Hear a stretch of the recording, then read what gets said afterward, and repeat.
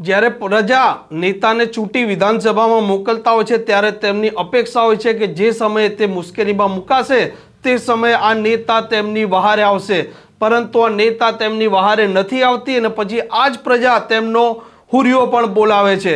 નમસ્કાર, આપ જોઈ રહ્યા છો હોટલાઇન ન્યૂઝ।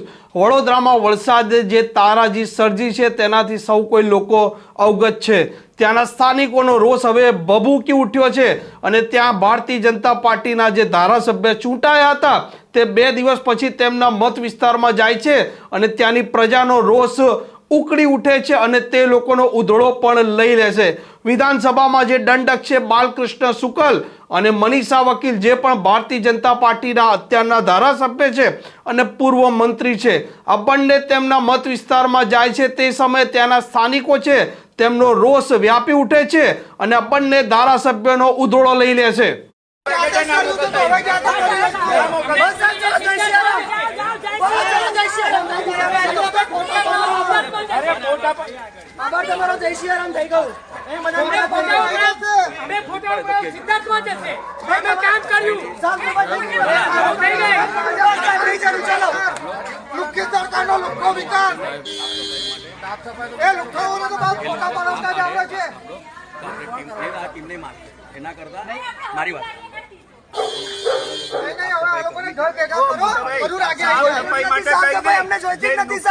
ભરપાઈ કરશો સાહેબ, જોઈતું નહીં તમારે ભરપાઈ કરશો છે લાયકાત કહેવાની હા નથી ને તો પછી બસ થઈ ગયું। ચલો જય શ્રી રામ, નુકસાન નહીં થયું તમારો તમે આયા અમારા માટે। ચલો આવો આઈ રસ્તો, ચલો આ ખબર છે રસ્તો, ચલો જય શ્રી રામ।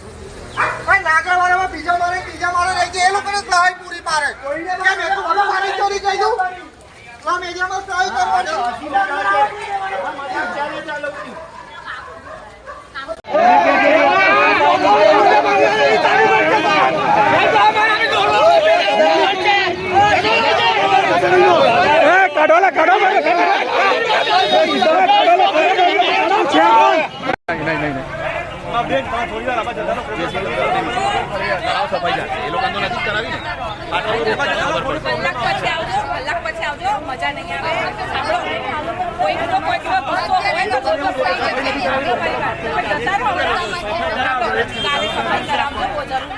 જેસીબી લઈ લો ને પાછા એક દિવસ ખબર પડે।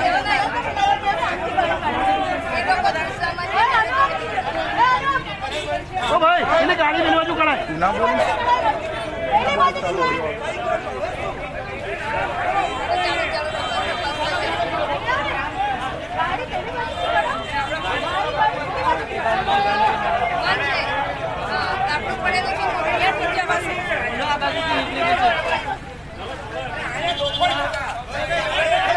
આ સ્થાનિકો કહી રહ્યા છે કે છેલ્લા 2-3 દિવસથી તે મુશ્કેલીમાં મુકાયા છે। નથી તેમના પાસે ખાવાનો સામાન, નથી તેમના પાસે પીવાનું શુદ્ધ પાણી કે નથી તેમની લાઈટ। તે સમયે આ નેતાઓ ક્યાં ગયા હતા? વારંવાર ત્યાંના સ્થાનિકો એક પછી એક આ પ્રશ્નો નેતાઓને પૂછી રહ્યા હતા અને આ નેતાઓના પાસે કોઈ પણ પ્રકારનો જવાબ નહોતો।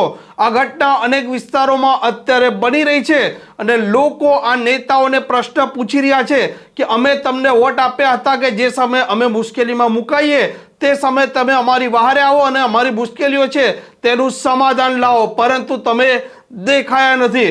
વડોદરામાં આના પહેલા સ્થાનિક કોર્પોરેટરનો પણ લોકોએ હુરિયો બોલાવ્યો હતો અને તેમને ભગાડ્યા હતા। આવો જ હવે અનુભવ થયો છે ત્યાંના સ્થાનિક આ બંને ધારાસભ્યને। આ પ્રકારના સમાચાર જો આપને પસંદ આવતા હોય તો હોટલાઇન ન્યૂઝને સબસ્ક્રાઈબ અને શેર કરવાનું ભૂલતા નહીં।